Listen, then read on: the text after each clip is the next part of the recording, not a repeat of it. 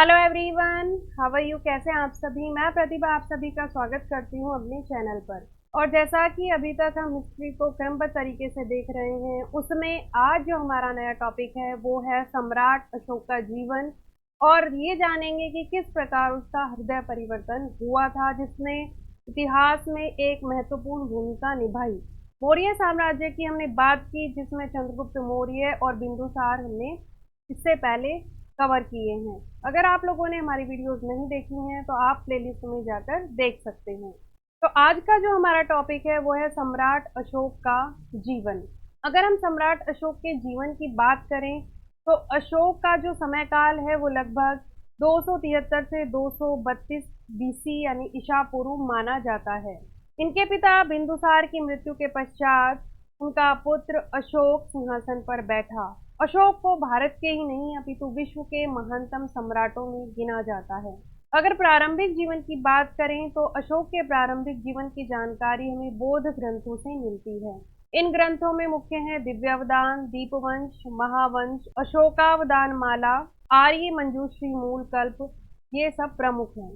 अशोक की माता का नाम शुभद्रांगी था। उसकी माता चंपा एक ब्राह्मण की पुत्री थी। अशोक अपने पिता के शासनकाल में अवंती का उपराजा था। बिंदुसार की मृत्यु के पश्चात 273 ईसा पूर्व में अशोक शासक बना, किंतु उसका विधिवत जो राज्याभिषेक हुआ वो 269 यानी 269 ईसा पूर्व में हुआ। इस दौरान उसे सत्ता प्राप्ति के लिए अपने भाइयों से संघर्ष करना पड़ा था। सिंघली अनुसूचियों के अनुसार अशोक अपने 99 भाइयों की हत्या करके शासक बना था तथा बौद्ध होने से पूर्व वह चंड अशोक कहलाता था। जबकि तारानाथ के अनुसार अशोक अपने 6 भाइयों को मारकर शासक बना। दिव्यावदान के अनुसार बिंदुसार अपने अंतिम समय में सुशीम को शासक बनाना चाहता था, परंतु राधागुप्त नामक मंत्री की सहायता से अशोक शासक बना।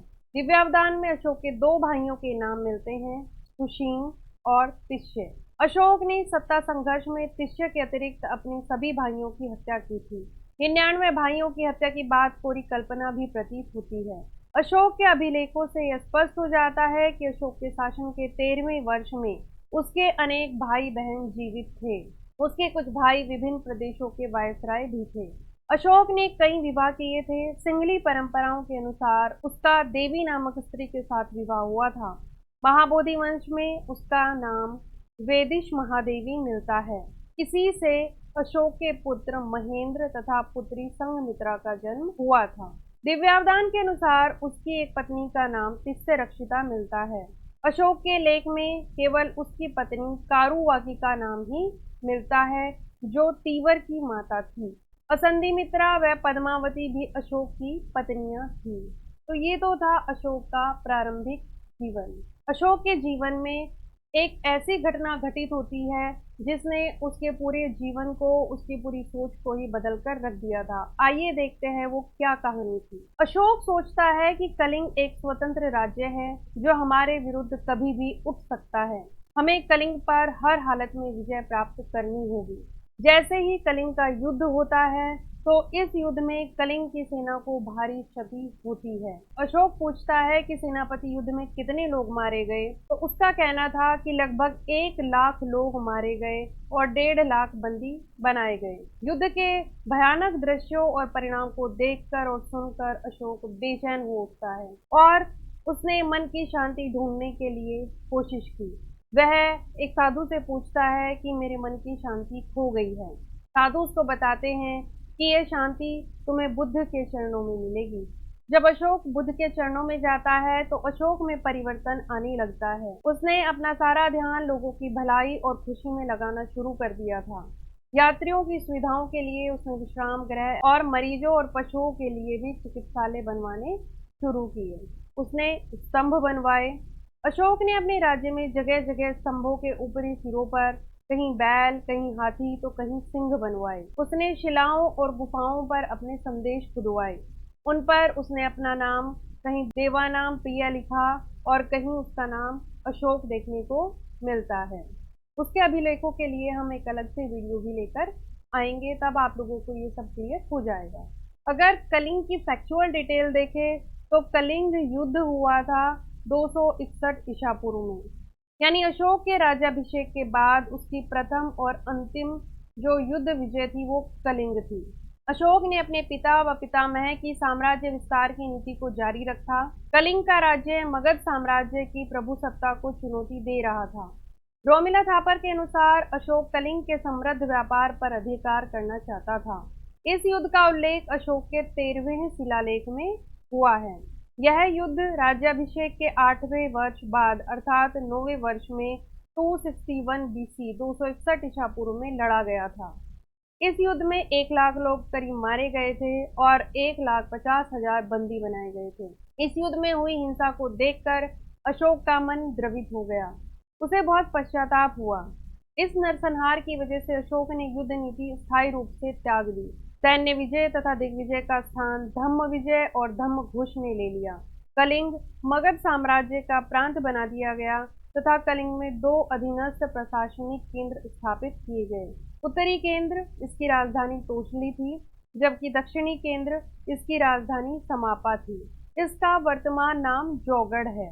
कल्हण की राजतरंगिणी के अनुसार अशोक कश्मीर का प्रथम मौर्य शासक था। उसने कश्मीर में विस्तृता यानी जिसे हम झेलम नदी के नाम से भी जानते हैं के किनारे श्रीनगर की स्थापना की थी। यहाँ पर अशोकेश्वर मंदिर का भी निर्माण करवाया गया था। अब अगर हम बात करते हैं अशोक की उपाधियों की, तो अशोक ने मास्की, उदयगोलम, नेतूर और गुर्जरा के जो शिलालेख बनवाए थे उनमें अशोक का व्यक्तिगत नाम मिलता है अशोक। अशोक को के अभिलेखों में देवानाम प्रिय व प्रियदर्शी जैसी उपाधियों से संबोधित किया गया है। भाब्रू यानी बैराट के लेख में अशोक को मगधराज कहा गया है। विष्णु पुराण में अशोक वर्धन और पनगुडरिया लघु शिलालेख में महाराज कुमार कहा गया है। वहीं अशोक के अंत की अगर हम बात करें तो दिव्यावदान से हमें अशोक के अंतिम दिनों की जानकारी प्राप्त होती है। दिव्यावदान के एक भाग अशोकावदान से ज्ञात होता है कि अशोक का अंत बड़ा कष्टप्रद रहा। इस ग्रंथ के अनुसार अशोक राजकीय कोष से बहुत अधिक धन बौद्ध संघ को देने लगा, अतः भयभीत होकर उसके मंत्रियों ने उसका विरोध किया।